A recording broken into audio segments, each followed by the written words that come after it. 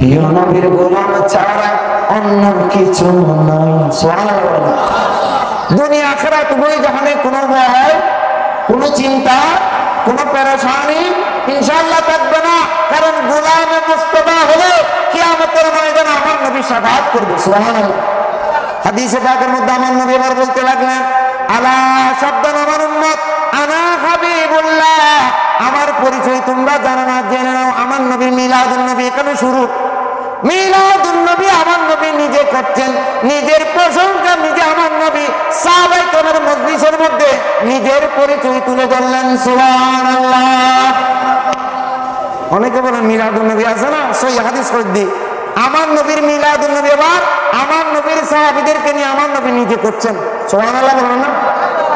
এরপর আমার নবী বলতেছে, ওয়া আনা হামিলু লিওয়াইল হাম ইয়াউমাল কিয়ামাতি ওয়ালা ফাখরা, হামদের পতাকা, প্রশংসার পতাকা কিয়ামতের ময়দানে, প্রশংসার ঝান্ডা আমি রাসূলের কাছে থাকবে। আমি রাসূল এটার জন্য অহংকার করি না। সুবহানাল্লাহ। মাকামে মাহমুদের মধ্যে আমার নবীকে বসানো হবে, কুরসির মধ্যে আল্লাহ আমার নবীকে কিয়ামতের ময়দানে বসাবেন। ওই কুরসির মধ্যে বসে, মাকামে মাহমুদের মধ্যে বসে প্রশংসার পতাকার নিচে আমার নবী ঝান্ডা নিয়ে কিয়ামতের ময়দানে সবাইকে দেখিয়ে দেবে আমি নবীর হাতে প্রশংসার পতাকা। আজকে আমি রাসূল ছাড়া কারো কোনো উপায়। আল্লাহ দুনিয়া বানালে নবীকে চিনাতে, বেহেশত বানালে নবীর প্রেমেতে, ঠিক না? আল্লাহ কোরআন পাঠালে নবীকে চিনাতে, হাসর করাবে নবীর শানে দিকাতে, ঠিক না? আমার নবীকে আল্লাহ দুনিয়ায় কোরআন শরীফ পাঠিয়েছে আমার নবীর পরিচয় করে দেওয়ার জন্য। সুবহানাল্লাহ। আল্লাহ বেহেশত বানিয়েছে তো আমার নবীর প্রেমের মধ্যে পড়ে বেহেশতকে বানিয়েছে আমার নবীর ওসিলায়। সুবহানাল্লাহ। আল্লাহ ময়দানে মাহশরে হাসর করবেন তো আমার নবীর শান আযমতকে প্রকাশ করে দেওয়ার জন্য। এই আদম থেকে ঈসা রূহুল্লাহ আলাইহিস সালাম পর্যন্ত সমস্ত নবীরা ইয়া নফসি করবে, চমকিত থাকবে, ভয়ের মধ্যে থাকবে।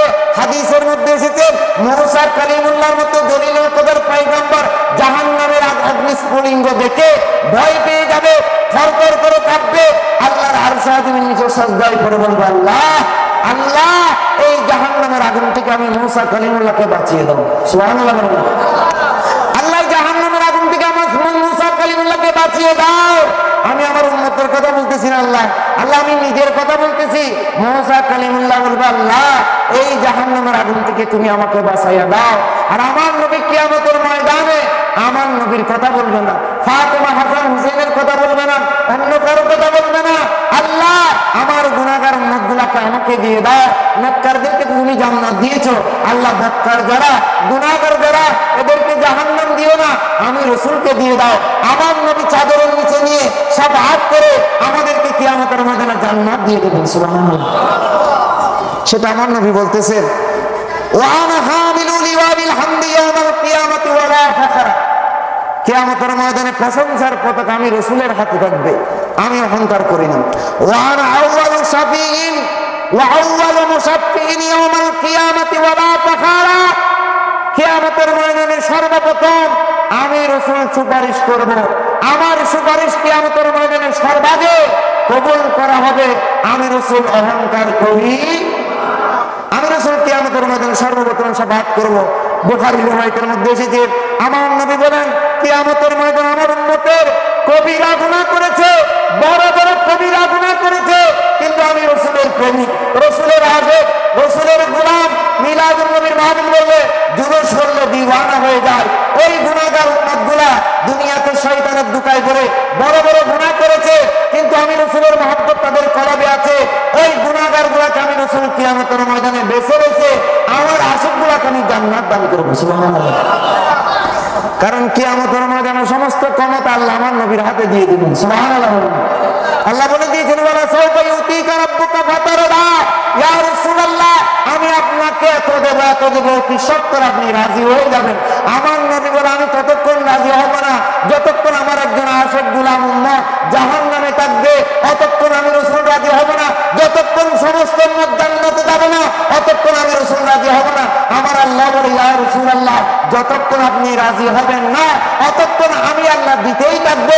আপনি রাসূল তাদেরকে বকশাইয়া বকশাইয়া জাহান্নাম থেকে জান্নাতে ঢুকাইতে থাকবেন। সুবহানাল্লাহ। কিয়ামতের ময়দানে এর চেয়ে উত্তম মঞ্জর, এর চাইতে বড় বলা, এর চাইতে শানদার, এর চাইতে সম্মান আমাদের জন্য আর কি হতে পারে? সুবহানাল্লাহ। সেজন্য ওই নবীর জন্য কুরবান হয়ে যান, ওই নবীর মিলাদ নবীর জন্য জান মাল কুরবান করে দেন, তাহলে দেখবেন দুনিয়াতেও কামিয়াব, আখিরাতেও কামিয়াব। আল্লাহ আমাদেরকে বুঝার তৌফিক দান করুক। আমিন।